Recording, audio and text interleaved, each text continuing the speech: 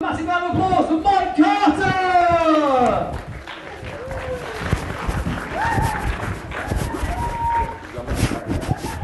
Hiya! Don't worry, I'm not what I thought I'd be either. I don't know what it is, whenever I do a gig, people have this strange expectation that the first thing I'm going to do is tell them I'm taking them to Hogwarts.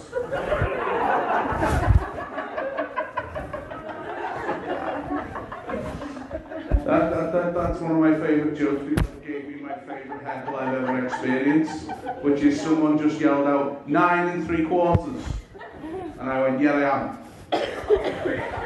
Which I thought was really funny. Are you alright? Yeah? Really, I am just that funny looking. I've reduced her to tears by coming on stage. Just having a break, Yeah, aren't we all tonight? But Jesus Christ, so yeah. Now the reason I say I'm not what I thought I am is I turned 30 quite recently, and I thought by now I'd be a proper adult as opposed to whatever the hell this is. I'm well aware that I look like a carpet someone tried to throw away, that got up and made its own way back home. You know, I thought by now I would have a proper job and everything. I thought there'd be a leaflet that explained all this stuff like mortgages and pensions, and none of that stuff just never panned out for me. Instead I live in my mum's spare bedroom, eat frazzles and play Fortnite.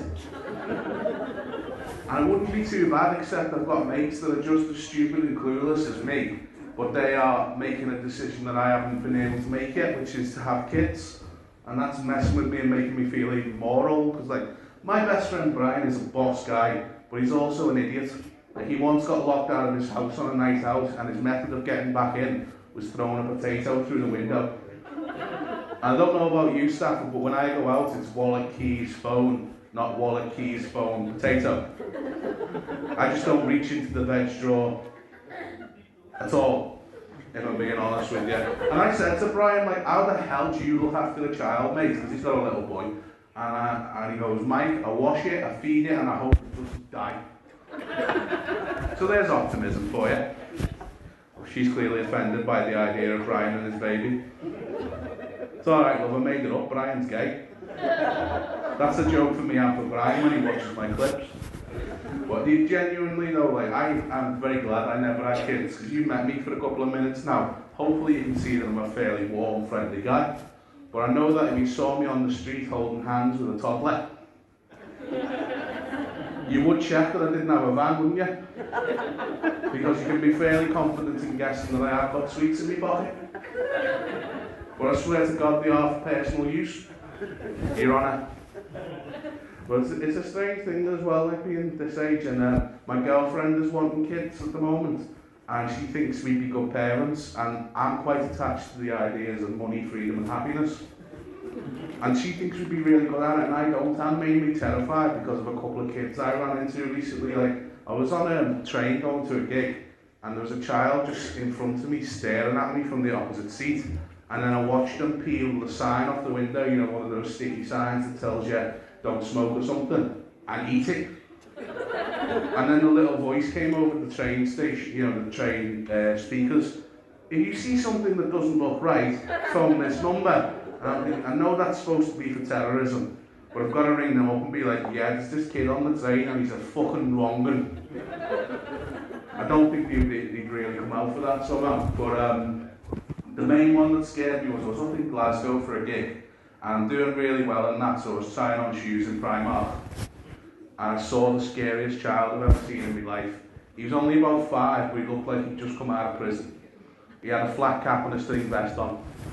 I heard him before I saw him. He's at the back of the shop going, hey, Mom! Mom! And then he comes up to me and goes, hey, big man, have you seen me, Mom? And I said, nah, mate, nah, I haven't. He goes, well, if you do, tell her Jimmy's looking for her. I'm like, that's terrifying. Can you imagine bringing that child up? The phone calls you get from school. Yeah, Mr. Carter, Jimmy's selling heroin on the playground. Mr. Carter, why hasn't Jimmy been in for 6 months? Can't tell you, headmaster. Why is that? He said if I did, snitches get stitches. When's he coming back? He said when the heat's off, headmaster. It's giving me nightmares, this meeting this kid. I have this vision every few weeks now when I'm asleep. It's just me and my girlfriend in bed, it's pitch black. single ray of moonlight, and in the doorway is the shadow. And then you hear the voice, "Hey, more! More! I've had a bad dream. I'm getting in bed with you." And slowly you just see the light of a ciggy move closer and closer to the bed. That's fucking horrific. That really is terrifying. But I've been doing comedy for a little bit now and started to mess with my life in ways I never thought it would. Like, I'm from a lovely part of the world called Croxton. Has anyone heard of us? Yeah. Oh, some of you follow the police on Twitter. Are you from Crocky at all, mate? Oh, the way you shook your head, no, don't fucking tar me with your brush. Have you heard of us? But you haven't got Croxton near Exeter? Crime Watch. Crime one. Oh, fucking hell. Yeah, that was the joke before, mate, when I said about the police and Twitter and that. I'm glad to see you can keep up, even if you're a few seconds behind the rest of us. I'm not, mate. Oh yeah, so you heard of us where, mate? Croxton, did you say? Croxton. Oh, no. No, you never heard of us. Fucking hell, the dementia's So you kicking meant in. Croxton near Exeter? Nah, that's probably somewhere nice. Where I'm from is best known for it. It's quite posh. Where I'm from is not. Our most famous person is Wayne Rooney. You're welcome. He's not posh. I like the way that you underline that he's not posh. He's not. He fucking isn't, mate.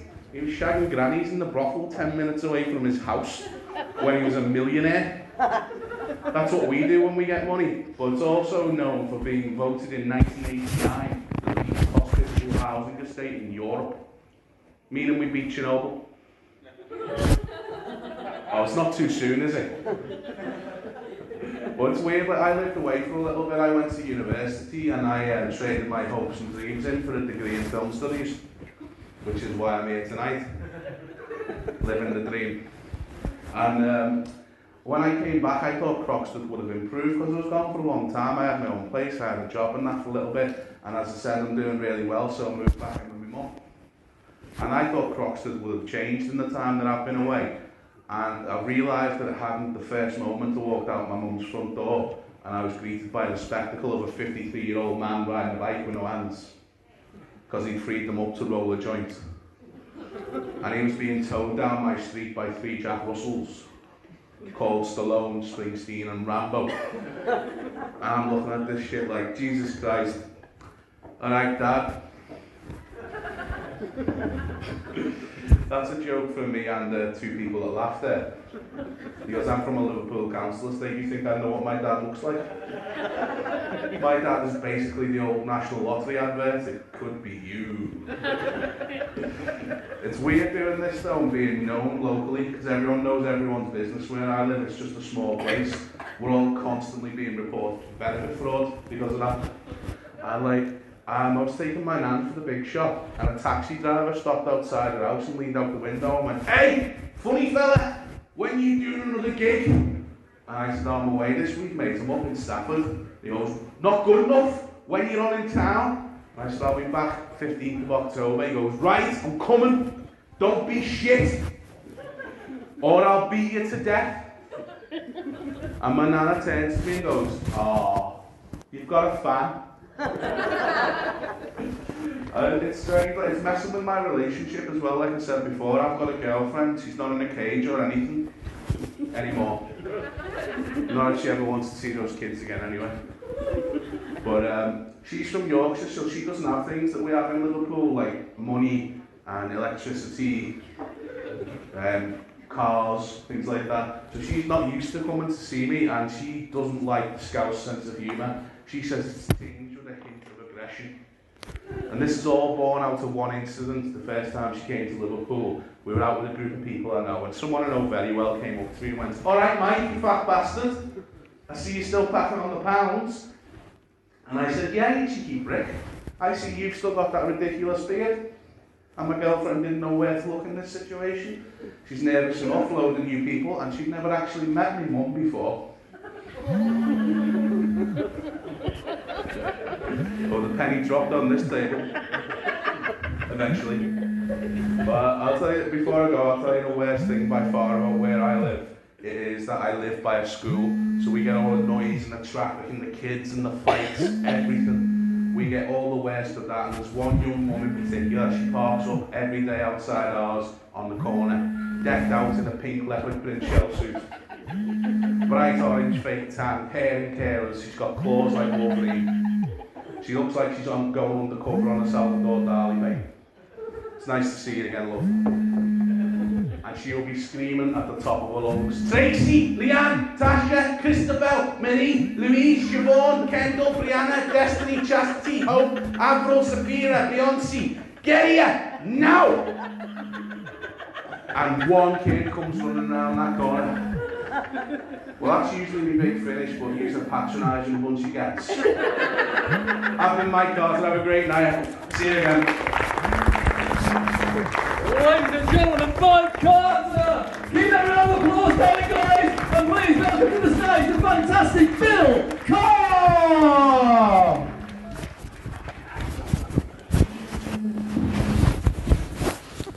Thank you very much, sir.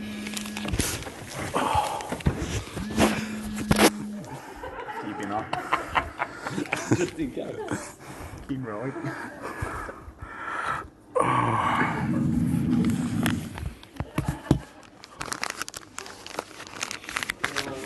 I've been trying to get in shape. In hindsight, I should have done something about my weight much sooner. But as the executive producers of Jim Will Fix It will tell you, Oh, Jesus. ignorance is bliss.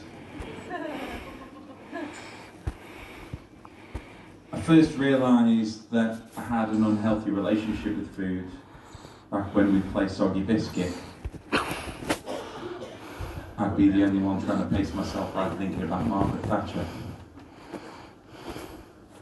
I was recently filmed for an episode of Secret Eaters. Watching the back was so embarrassing. I ate a whole cream pie and didn't even realise. That's the last time I go down on a prostitute.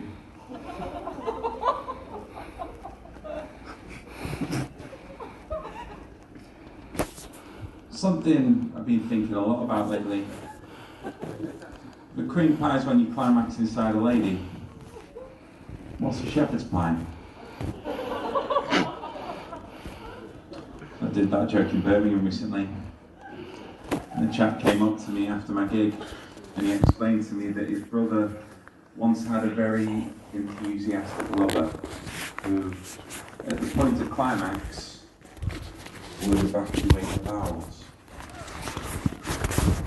He said he believed that as shepherd's pie. What are you going to do?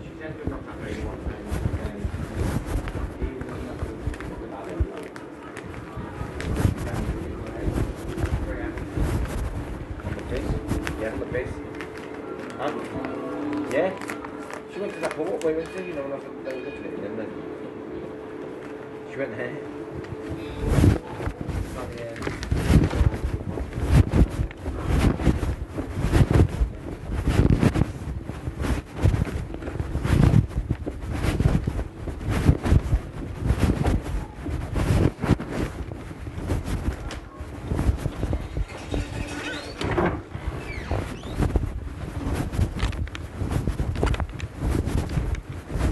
Just got my anus bleached.